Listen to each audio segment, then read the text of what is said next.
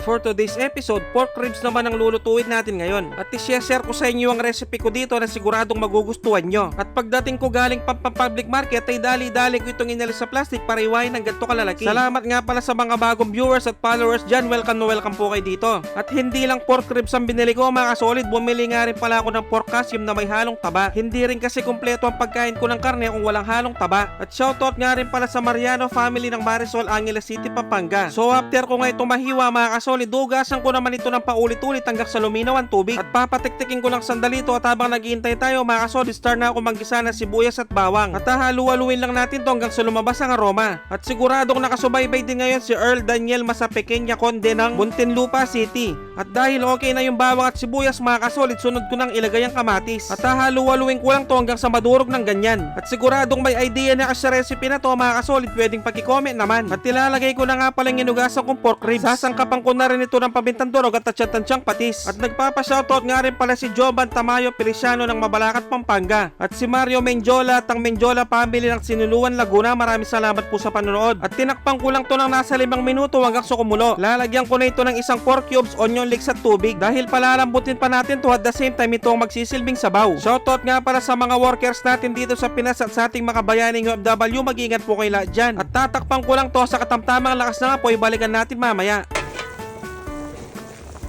At pagkalipas ng nasa kalating oras na pagpapakulo mga kasolid, medyo malambo na to, ilalagay ko na yung siling pansigang at yung labanos. At tatakpan ko lang to hanggang sa tuluyan na lumambot ang karne.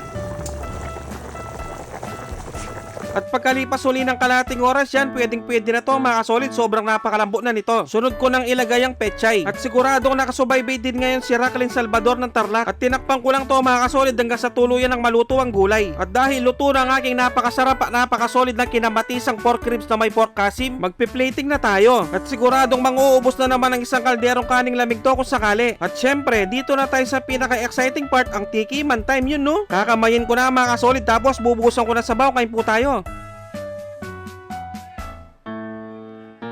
Sus Mariosep, kanya na po, grabe, napakalambot at napakasarap mga kasolid. At ganito siya ka-legit na kalambot, yung walang ka-effort yung pagtanggal mo sa buto. At siguradong natatakam din ngayon si Arvic Carter Gotenko ng Catanduanes, Bicol. At isa pang napaka-the best dito mga kasolid, yung napakalasa niyang sabaw. At siguradong nakarating na kayo sa part ng bidyong to mga kasolid, pwedeng paki-comment naman kung tagasan ka para malaman ko kung saan umabot ang bidyong to. Maraming salamat. At bibigyan ko na kayo ng pangmalakasang perfect bite para dito, yung lalagyan mo ng patis na may sili, makantampo.